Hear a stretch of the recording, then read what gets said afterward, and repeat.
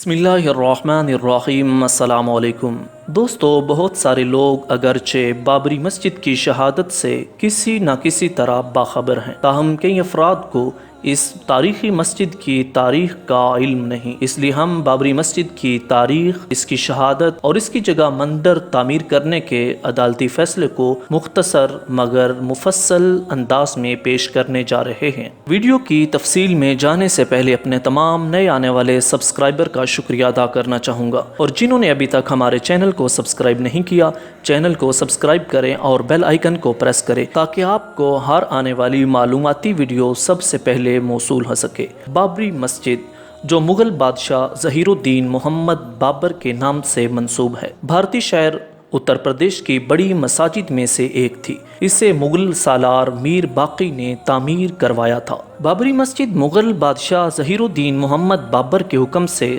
دربار بابری سے منسلک ایک نامور شخص میر باقی کے ذریعہ سن 1527 میں اتر پردیش کے مقام ایودھیا میں تعمیر کی گئی۔ یہ مسجد اسلامی مغل فن تعمیر کے اعتبار سے ایک شاہکار تھی۔ بابری مسجد کے اوپر 3 گنبد تعمیر کیے گئے، جن میں درمیانی گنبد بڑا اور اس کے ساتھ 2 چھوٹے گنبد تھے۔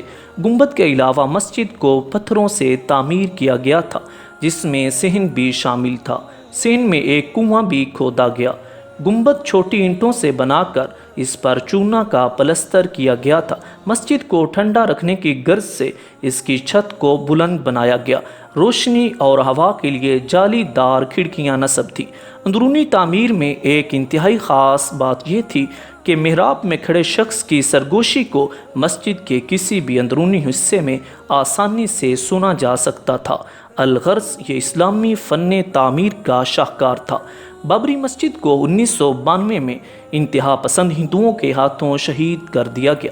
بھارتی جنتا پارٹی نے ایل کے اڈوانی کی قیادت میں سخت گیر تنظیم بجرنگ دل اور شیو سینا کے ساتھ رام مندر کی تعمیر کے لیے ایک تحریک چلائی تھی۔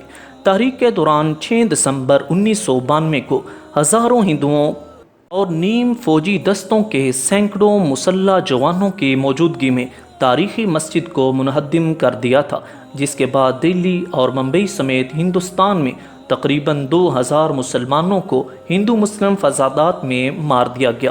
بابری مسجد کے انہدام سے پہلے ہندو مظاہرے کے منتظمین نے یہ یقین دہانی کروائی تھی کہ مسجد کو نقصان نہیں پہنچایا جائے گا۔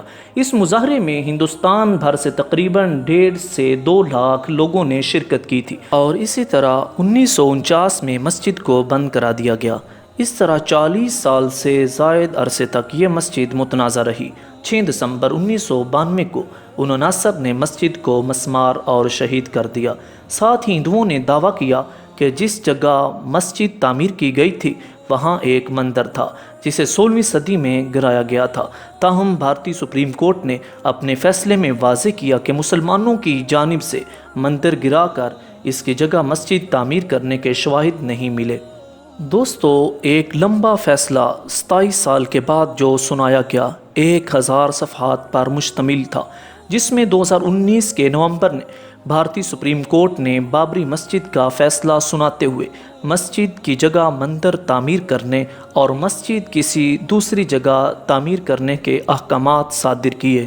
لیکن دوستو، ایک طرف بھارت مساجد کو شہید کرنے پر اترا ہوا ہے، جبکہ دوسری طرف اسلامی جمہوریہ پاکستان کے دارالحکومت اسلام آباد میں، جس کو مسلمانوں نے تعمیر کیا اور آباد کیا، جس کا نام ہی اسلام آباد تھا، وہاں پر بھی مساجد کو شہید کر کے مندر کی تعمیرات کا کام کرنا ایک لمحہ فکریہ ہے اس امت کے لیے۔ ہم حکمرانوں کو دعوت دیتے ہیں کہ ایک بار بابری مسجد سے لے کر تمام شہید کی گئی مساجد کی تاریخ پڑھ کر فیصلہ کریں کہ کیا مسجد کو شہید کر کے ایک مندر کو اس شہر میں جو مسلمانوں نے آباد اور تعمیر کیا میں تعمیر کرنا کیسا ہے۔ امید کرتا ہوں آپ کو یہ معلومات پسند آئی ہوگی۔ دعاؤں میں یاد رکھیے گا۔ السلام علیکم۔